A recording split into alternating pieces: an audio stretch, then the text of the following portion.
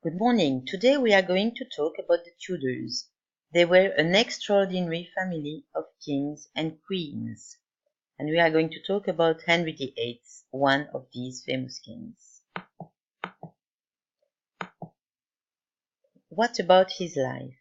Henry VIII was born in Greenwich in 1491.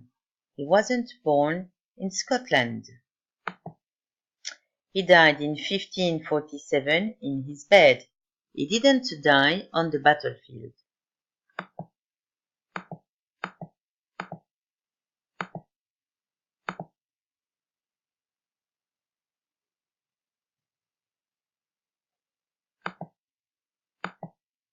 He married 6 times.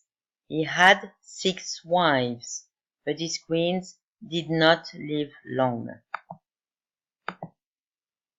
He didn't have a lot of heirs. He only had 3 children.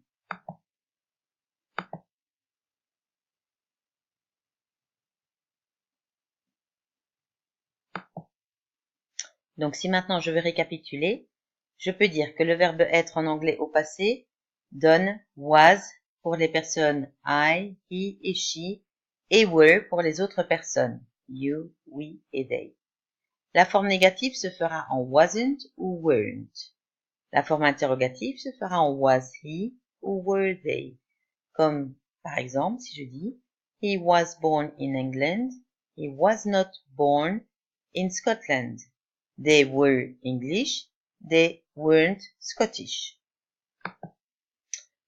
Pour les autres verbes, beaucoup d'entre eux sont réguliers quand on les conjugue au passé. Quand on dit qu'on est régulier, c'est-à-dire qu'on ajoute ed à la fin du verbe, comme dans he loved Anne Boleyn, he attacked them. La forme négative du passé est toujours formée en ajoutant didn't devant le verbe. He didn't love Anne de Clèves. Je n'ai pas besoin dans ce cas de remettre le D à love puisqu'il est déjà dans le didn't. La forme interrogative se forme en inversant l'auxiliaire did et le sujet. Did he marry a French princess? No, he did not. Now it's your turn. Je voudrais que vous choisissiez 2 des femmes de Henri VIII et que vous conjuguiez les verbes au passé. Je vais les faire défiler dans le diaporama. Vous êtes obligé de conjuguer au passé la partie sur son règne.